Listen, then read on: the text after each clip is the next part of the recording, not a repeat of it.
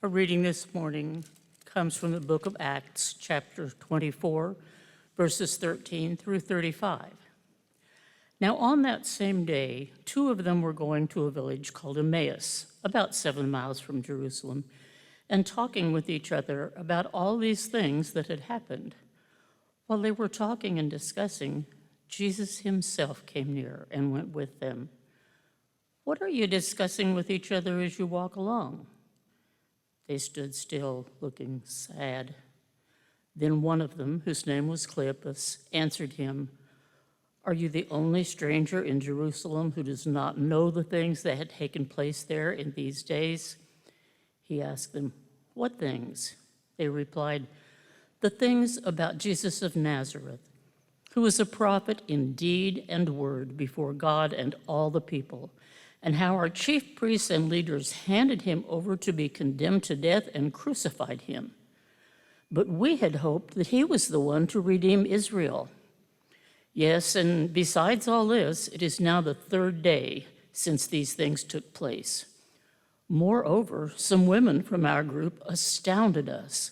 They were at the tomb early this morning, and when they did not find his body there, they came back and told us that they had indeed seen a vision of angels who said that he was alive. Some of those who were with us went to the tomb and found it just as the women had said, but they did not see him." Then he said to them, "Oh, how foolish you are, and how slow of heart to believe all that the prophets have declared. Was it not necessary that the Messiah should suffer these things and then enter into his glory?" Then, beginning with Moses and all the prophets, he interpreted to them the things about himself in all the scriptures. As they came near the village to which they were going, he walked ahead as if he were going on. But they urged him strongly, saying, "Stay with us, because it is almost evening and the day is now nearly over." So he went in to stay with them. When he was at the table with them, he took bread, blessed, and broke it, and gave it to them. Then their eyes were opened, and they recognized him, and he vanished from their sight.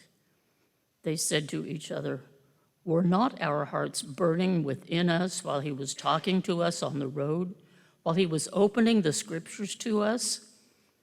That same hour they got up and returned to Jerusalem, and they found the 11 and their companions gathered together. They were saying, "The Lord has risen indeed, and he has appeared to Simon." Then they told what had happened on the road and how he had been made known to them in the breaking of bread. And from Hebrews chapter 12, verses 1 and 2, "Therefore, since we are surrounded by so great a cloud of witnesses, let us also lay aside every weight and the sin that clings so closely, and let us run with perseverance the race that is set before us, looking to Jesus, the pioneer and perfecter of our faith, who for the sake of the joy that was set before him, he endured the cross, disregarding its shame, and has taken his seat at the right hand of the throne of God." These are the words of God for the people of God. I've been relying upon GPS, specifically Google Maps, because it is the best map service. Apple Maps is terrible, much like Apple products, but we've went down this road before. We don't need to go down it again. I'm already on a tangent. This is going to be dangerous. Okay. Where was I? GPS. I've been using GPS quite a lot over these past few weeks. As the three of us, Pastors Barry, Mitch, and I, have been traveling across the entire Kansas City metro, going from home to home and meeting and talking with all of you wonderful people. I've been relying heavily on GPS to get me from place to place to place. And really the impressive part is that I've only gotten lost twice because I lost signal. And then, of course, I also don't always listen to it and I think I know better. And then I go to places. It's this whole thing. But I've been using it quite a lot, but it's something that I don't just use when I'm going someplace I'm unfamiliar with. I use it, honestly, on a pretty daily basis. I mean, I use it. I can't tell you how many times I've driven from my house to the church. I could probably count. I've only been here for a year, so I probably could just go through. But I can't tell you how many times I've done it, but every single time I still put it in the GPS. I still put it in Google Maps, because one of the amazing things that Google Maps does is that it'll tell you where there's traffic. Right? There's this little setting where it'll show yellow or orange or green or red, so should I take 435 or should I, in K10 and then south, should I take 135th or Santa Fe, whatever you want to call it, or should I take 119th, right? There are all sorts of information about that. It'll also tell you what the most fuel efficient route is, right? Which is, with the price of gas these days, which is still just, a few miles here and there really does make a difference. But I think the most important thing that Google Maps does for me is tells me where the speed traps are. Other drivers, you can report on your phone where there's a speed trap and it'll show up and it'll tell me, warning, speed trap in 10 minutes ahead, which is a very good thing because using Google Maps on a daily basis has caused a problem in my life because I treat it as a game. This morning, for example, my GPS said I would make it from my home in Gardner up to here at the church in 20 minutes, and I giggled. And I said, nah, I can do it in 18. And I got to tell you, there are few better feelings, few better things for me to hear than you have arrived at your final destination to look at my GPS and to see that indeed I did it in 18 minutes. A record, might I add. Of course, the problem gets worse and worse because Google, they account the way that you drive.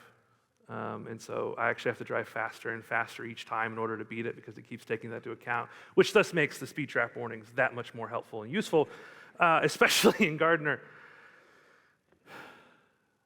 But I've been really relying on that. And it's not just the fact that I want to get to where I'm going as quickly and efficiently as possible in the car. It's true in my life. I mean, the past 15 years, I've had one goal. One thing I've been trying to get to, and that is to be ordained and welcomed as full membership as an elder in the United Methodist Church. I've been working on that for nearly 15 years of my life now. And it has not been an easy journey. This was originally a 10-year plan. Now I'm at 15 because I hit both the proverbial traffic and loss of efficiency. I've gotten lost, I've gotten pulled over, and I mean that both literally and metaphorically. There have been times when the world around me has slowed me down so that I can't get where I want to go as efficiently as possible. I've made mistakes and had to be held accountable for that. I've taken the long way around. I've gotten lost.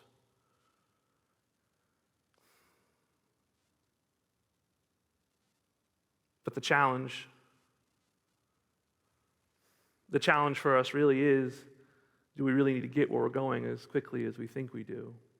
Some of you have heard more about my story and some of the challenges I faced, and if not, you will at some point, but I faced many challenges in my life, and every time that I think that I've arrived someplace, that I've achieved something, that I've finally gotten to a place that I've been working for so long, it doesn't really feel right.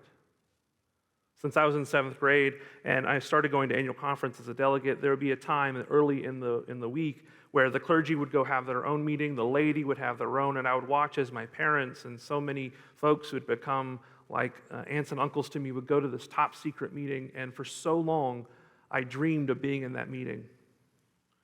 2 years ago I got in. I really wish I had those 2 hours back. Well, actually 4, because I've done it twice. Once on Zoom, which was just a whole other thing.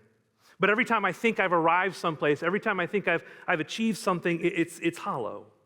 I realize that there's another step to take, there's further to go.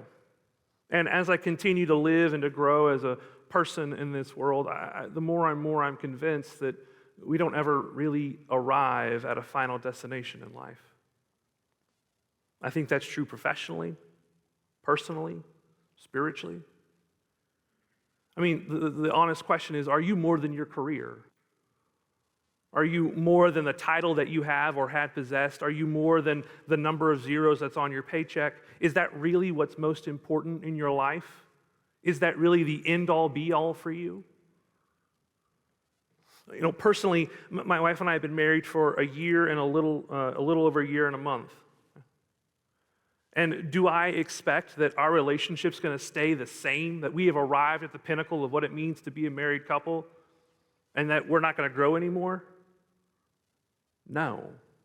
That's not how relationships work. It's not how it works with spouses, with friends, with family, with anyone.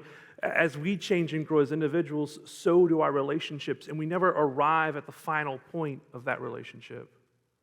We are constantly growing and moving forward, and this is true spiritually as well. I really do love our text from Hebrews this morning, and this is a text that we often use around the time of All Saints' Day to talk about those who have gone before us and set an example for us of how to run this race, of how to take this journey. But my friends, when we look at this scripture, it doesn't just talk about those folks who have gone before us, but it's about those folks who are here with us right now. And Paul reminds us that we do not go on this journey alone. We can't. We go on this journey with the support and the care and the compassion of those around us. We are not alone on this journey, and we cannot do it by ourselves. And we don't ever truly arrive. Because faith is not about receiving grace or receiving salvation once and calling it good and coasting until either we meet our death or toward the end of time, whichever comes first. That's not what faith is about. It's not something that we receive only once and just hold on to it.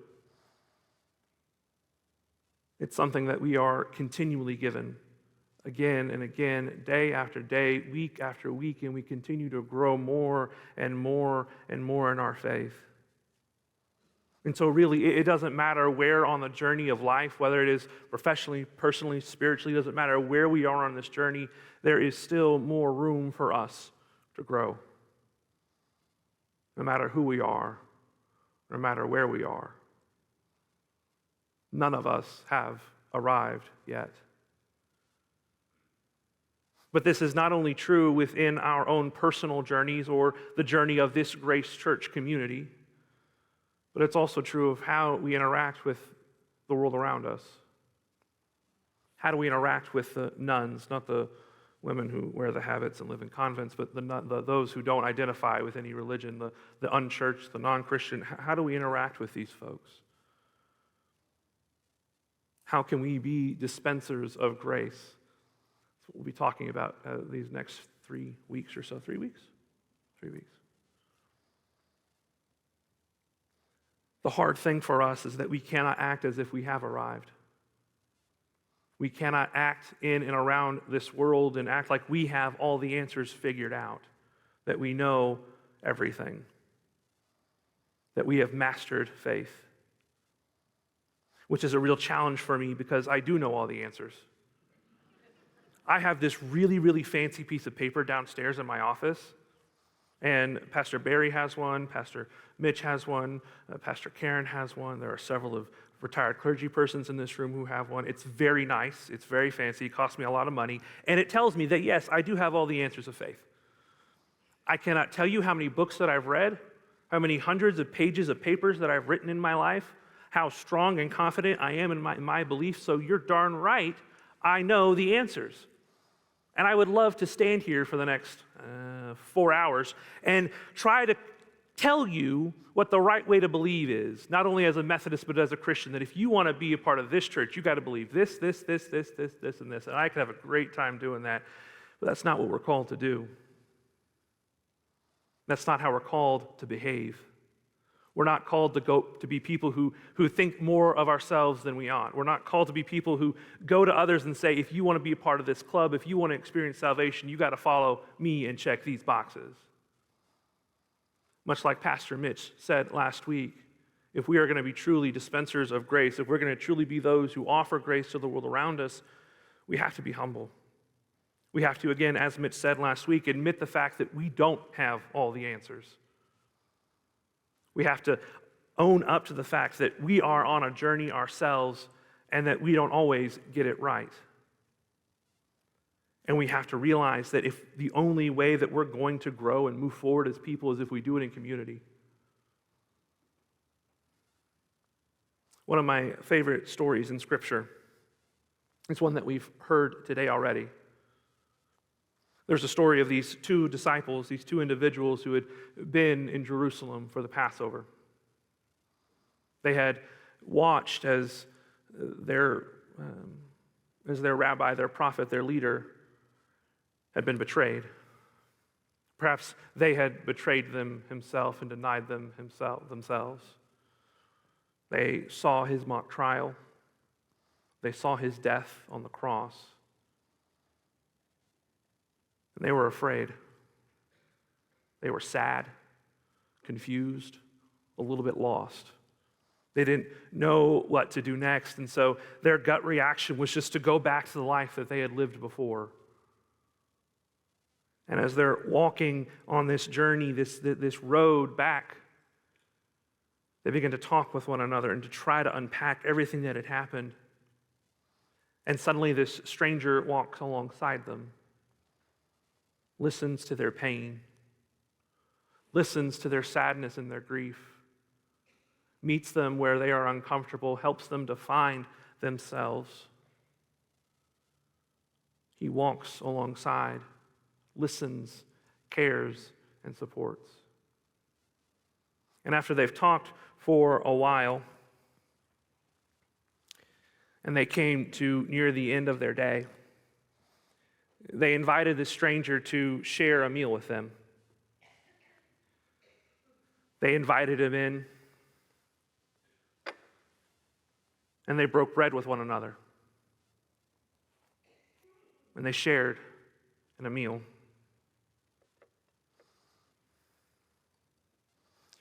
And they shared in the cup.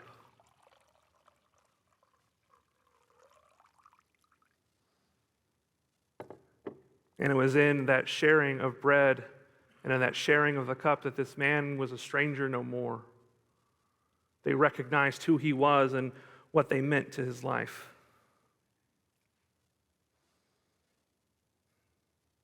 The hard reality is that Jesus is not going to always give us all the answers that we want. Jesus is not going to come to us and tell us exactly how to believe or what to think or how to behave in the exact, clear, and delineated way that we often want. But Jesus does journey alongside us. Jesus does listen to our pain, our hardship, and walks alongside us. God will be with us when we experience traffic, when the world around us slows us down. God will be with us when we get pulled over. God will be with us when we get lost and will help us to find our way. But perhaps the most important part of this story is that Jesus gave these folks the chance and the space to be who they are. Because Jesus meets us as we are, for who we are, and where we are. And when we journey with one another, we are called to listen and to walk alongside others. We are called not to shove things down people's throat, but to listen to their grief, their confusion, their anger, their uncertainty, and indeed to share our own. We are called to be humble people, ready to admit when we don't have all the answers and when we have screwed up, and to be ready to grow together. We are called to be God's sign, to be a sign of God's grace in this world, to share what we have received.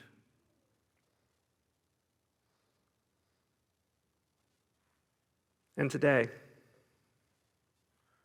we once again partake in that great sign. We once again partake in that great gift of Jesus' presence in our lives, in the midst of the traffic, in the midst of the pain, the confusion, and even being lost. And we are called to share that sign with the world around us. Amen.